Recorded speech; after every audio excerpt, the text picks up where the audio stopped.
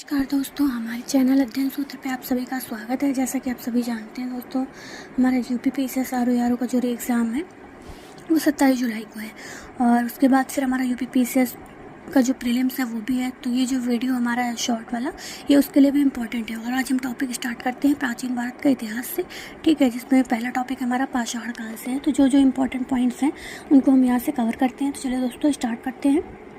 Robert Bruce foot थे एक भूगर्भ वैज्ञानिक एवं पुरातत्वविद। ठीक है दोस्तों, कौन थे रॉबर्ट ब्रूस? तो एक भूगर्भ वैज्ञानिक एवं पुरातत्वविद थे।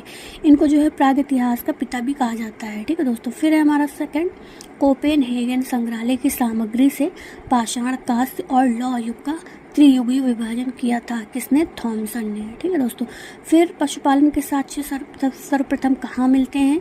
तो ये हमारे मध्य पाषाण काल है, वहाँ से पशुपालन के साक्ष्य प्राप्त होते हैं। ठीक है दोस्तों, फिर हमारा यहाँ पे हड्डी से निर्मित आभूषण भारत में मध्य पाषाण काल में प्राप्त हुए। कहाँ से? तो ये है हमारा सराय, नाहर, राय और मेहदहा से। ठीक है, फिर एक ही कब्र से 3 मानव कंकाल मिले हैं, तो यह है दमदमा से। फिर खाद्यान्नों की कृषि सर्वप्रथम कहाँ हुई थी? तो नवपाषाण काल में। भारत में मानव का सर्वप्रथम साक्ष्य कहाँ मिलता है? नर्मदा घाटी से। बाद में प्रथम मानव जीवाश्म में प्राप्त हुआ, वो भी जो है हमारा नर्मदा घाटी से। भारत में अगर बात करें मानव द्वारा सर्वप्रथम प्रयुक्त अनाज क्या था? तो जौ। ठीक है, फिर भारतीय उपमहाद्वीप में कृषि के प्राचीनतम साक्ष्य प्राप्त होते हैं। कहाँ से? तो लहुरा देव से कृषि के जो प्राचीनतम साक्ष्य प्राप्त होते हैं। फिर औदे, बोरी, बागौर तथा लखनिया में से मध्य पाषाण काल में पशुपालन के प्रमाण मिले हैं, बागौर से। फिर हमारा पुरापाषाण काल युग, नवपाषाण काल युग, ताम्रपाषाण काल युग तथा लौह युग में से चाल को लिथिक युग कहा जाता है। किसको?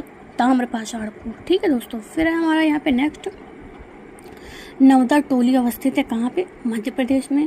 फिर वृहद पाषाण जो है स्मारकों की पहचान कहाँ पे की गई है? तो मृतक के जो दफनाने का स्थान होता है वहाँ से। ठीक है, वृहद पाषाण। नेक्स्ट है हमारा भारतीय पुरातत्ववेत्ता जिसने पहली बार भीमबेटका गुफा को देखा, उसके शैलचित्रों के प्रागैतिहासिक महत्व को समझा। उनका नाम है वीएस वांगकंकर। ठीक है, गैरिक मृदभांड पात्र का नामकरण हुआ था कहाँ पे? हस्तिनापुर में। फिर ब्रह्मगिरी, बुर्जहोम, चिरांद तथा मास्की में सेवा स्थल जहाँ से मानव कंकाल के साथ कुत्ते के कंकाल का भी शवाधान प्राप्त हुआ है, तो वो बुर्जहोम से। फिर चंद्रकेतुगढ़ प्रसिद्ध है टेराकोटा कला के लिए। विंध्य क्षेत्र का वह शिलाश्रय जहाँ से सर्वाधिक मानव कंकाल प्राप्त हुए हैं, तो लेखिया से।